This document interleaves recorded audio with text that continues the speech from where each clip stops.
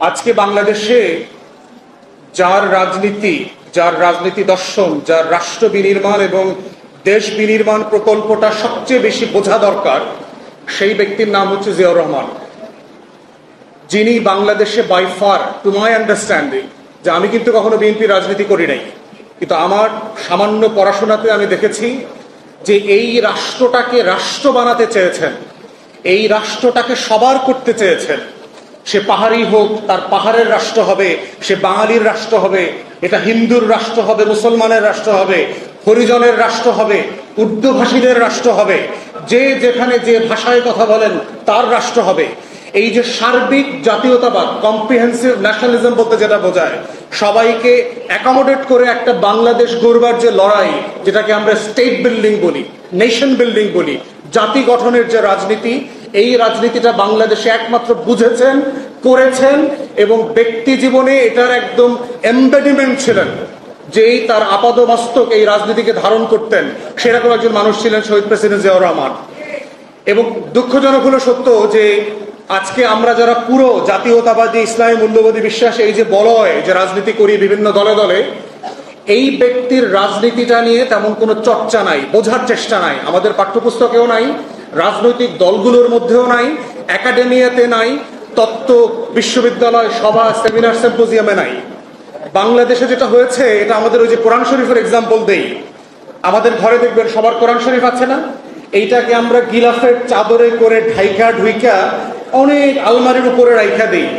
এত ময়লা জমে, রমজান মাস আসলে পরে এইটারে ধোয়া মশা করা লাগে এই কোরআন শরীফটা বাই করতে, দেখছেন না? আল্লাহ তাআলা কি কোরআন শরীফটা ওই গিলাফের চাদরে ঢাইকা ময়লার ভিতরে রাখতে বলছে, না ওইটা পইরা বুইঝা আমল করতে বলছে? তো জিয়াউর রহমান হচ্ছে আমাদের এমন একজন নেতা, যারে আমরা ব্যানারের ভিতরে ঢুকাই দিছি, ফেস্টুনের ভিতরে ঢুকাই দিছি, মাজারের ভিতরে ঢুকাই দিছি, কমিটি কইরা কইরা আমরা ওইখানে ফুল দিতে যাই, কিন্তু ওই কমিটিটা জিয়ার রাজনীতিটা বোঝার চেষ্টা করে না, যে কেন এই কমিটির দায়িত্বটাকে, শহীদ প্রেসিডেন্টের কোন রাজনীতিটাকে আমার এই 2 বছরের কমিটি ধারণ করবে, আমরা আগামী 2 বছর প্রেসিডেন্ট জিয়ার কোন কোন কর্মসূচিগুলোকে আবার জনগণের কাছে নিয়ে আসবো, মানুষের করে তুলবো। এটাই তো বাংলাদেশ। উনি তো ঢাকাতে বসে ক্ষমতা দিয়ে পলিটিক্স করতে পারতেন, ওনার উর্দি পরে, প্যান্ট শার্ট পরে, জিন্স আর গেঞ্জি পরে, কোদাল দিয়ে তো মাটি কাটার প্রয়োজন ছিল না। তাহলে উনি কেমন জিয়া ছিলেন? উনি ক্ষমতা দিয়ে তো শাসন করেন নাই, উনি তো স্তুতি করতেন না, ওনার কোনো বক্তব্যে দেখবেন তেল মারা স্তুতি নাই, স্ট্রেট টু দ্য পয়েন্টে কথা বলতেন। আমার গ্রামকে তৈরি করতে হবে, আমার প্রত্যেকটা গ্রামকে একটা খামার বাড়ি বানাইতে হবে, এখানে মুরগি হবে, এখানে হাঁস হবে, এখানে মাছ চাষ হবে, এখানে গরু ছাগল থাকবে, প্রত্যেকটা পরিবার স্বাবলম্বী হবে। কারণ আমার প্রত্যেকটা পরিবার যখন স্বাবলম্বী হবে, আমার রাষ্ট্র স্বাবলম্বী হবে, আমার অর্থনীতি স্বাবলম্বী হবে। এবং এটা ভেবেছেন বলেই বাংলাদেশের আজকের অর্থনীতিকে যেই ভিত্তিতে উনি দাঁড় করে দিয়েছেন, এরপরে বাংলাদেশে গত 40-44 বছরে এখন পর্যন্ত অর্থনীতির নতুন কোনো বলার মতো কোনো সেক্টর তৈরি হয়নি, এখনো তৈরি হয়নি। তাহলে সেই কথাগুলো কেন আমরা বলছি না? আমরা সারাদিন যদি জিয়াউর রহমানের খালি স্তুতি গাই, তাহলে এই জিয়াউর রহমানের রাজনীতিটা বলবে কে? এই জন্য আমি বোধ করছি বাংলাদেশে আজকে 24-এর গণ অভ্যুত্থান পরে যেই মানুষটাকে, যেই রাজনীতিটাকে, যেই রাষ্ট্র প্রকল্প, যেই জাতি গঠনকে আমাদের সবচেয়ে করে বেশি বোঝা দরকার, বেশি করে প্র্যাকটিস করা দরকার, আমাদের কর্মসূচিতে, আমাদের রাজনৈতিক আন্দোলনে আসা দরকার, সেটা হচ্ছে শহীদ প্রেসিডেন্ট জিয়াউর রহমানের সেই 3.5 বছর গোল্ডেন টাইম ছিল বাংলাদেশের ইতিহাসে। এবং দেখেন, রাষ্ট্র তৈরি হয় শত্রু সাপেক্ষে সবসময়। সেই শত্রু সাপেক্ষে রাষ্ট্রকে স্বনির্ভর করবার যে কর্মসূচি, প্রত্যেকটা কর্মসূচিতে শহীদ প্রেসিডেন্ট জিয়াউর রহমান হাত দিয়েছেন। এবং যদি একই সময়ে আমাদের এই সাবকন্টিনেন্ট থেকে শুরু করে এশিয়া মহাদেশের রাষ্ট্রনায়কদেরকে দেখেন, সিঙ্গাপুরের লি কুয়ান ইউ, মালয়েশিয়ার মাহাতির মোহাম্মদ থেকে শুরু করে দক্ষিণ কোরিয়া, তাইওয়ান, হংকং, প্রত্যেক লিডারশিপের জীবনী পড়ে দেখে মনে হয়েছে জিয়াউর রহমান ওয়াজ much ahead of the time. তিনি সবার থেকে আগিয়েছিলেন। শুধু আমাদের বদনসিব যে আল্লাহ তাআলা তাকে আমাদের মাঝে রাখেন নাই, এই জাতির বদনসিব।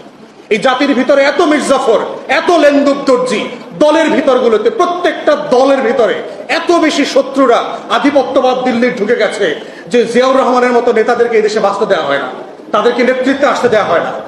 অতএব আজকে এই মুক্তিযোদ্ধারা যারা, এই মাটির সূর্য সন্তান যারা বেঁচে আছেন, আপনাদের দায় এবং দরদের যে রাজনীতি আপনাদের মাধ্যমে আমরা দেখতে চাই, যে কারণে আপনারা বুকের তাজা রক্ত দিয়ে আপনার কমরেডদেরকে ৭১-এর রণাঙ্গনে জীবন দিতে দেখেছেন। আজকের ২৪-এর রণাঙ্গনে যারা জীবন দিয়েছে তারা কিন্তু ঠিক ওই রাজনীতিটাই করতে চায়। আমরা যখন বাংলাদেশ ২-এর কথা বলছি, আমরা কিন্তু জিয়াউর রহমানের সেই রাষ্ট্র বিনির্মাণের প্রকল্পের কথা বলছি, জিয়াউর রহমানের মতো স্বনির্ভর অর্থনীতির কথা বলছি। আমরা যখন দায় দরদের নতুন বাংলাদেশের কথা বলছি, আমরা বলছি দিল্লির আধিপত্যকে মুক্ত করে লেন্দুক দর্জি মুক্ত, মির্জাফর মুক্ত বাংলাদেশ করতে। ওটাই জিয়াউর রহমানের রাজনীতি। আজকে বাংলাদেশের ঘরে ঘরে দেখবেন মির্জাফর, জগৎ শেঠ, উমিচাঁদ, রায়দুল্লভ, কৃষ্ণপদ রায় চৌধুরী আর ঘসিটে বেগমরা ক্ষমতার মসনদ নিয়ে খেলাবেলা করছে। এই সময়টাতে যাকে সবচেয়ে বেশি ধারণ করা দরকার সেটা হচ্ছে দিল্লির আধিপত্যবাদের বিরুদ্ধে প্রতিদিন প্রতি রাতে যিনি বাংলাদেশকে তৈরি করেছেন, সেই ব্যক্তির নাম হচ্ছে জিয়াউর রহমান। এটাই আগামী দিনের রাজনীতি। অতএব জিয়াউর রহমানকে যারা বুঝবেন না, জিয়াউর রহমানের রাজনীতি যারা ধারণ করতে পারবেন না, তারা যে ব্যানারে আসেন, যে নামে আসেন, যেই গণ অভ্যুত্থান বিক্রি করেন, আগামী দিনের বাংলাদেশ আপনারা নেতৃত্ব দিতে পারবেন না। ওটা লেন্দুক দর্জির কাছে চলে যাবে, ওটা মির্জাফরের কাছে চলে যাবে।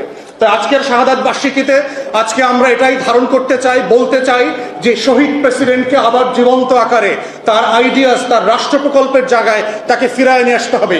স্তুতি, পূজা এবং তার নামে স্লোগান দেওয়ার বদলে তার রাজনীতিটা যেন আমরা বাস্তবায়িত করতে পারি, সেটাই হচ্ছে আজকের শাহাদাত বার্ষিকীর মূল প্রতিপাদ্য। সবাইকে অসংখ্য ধন্যবাদ।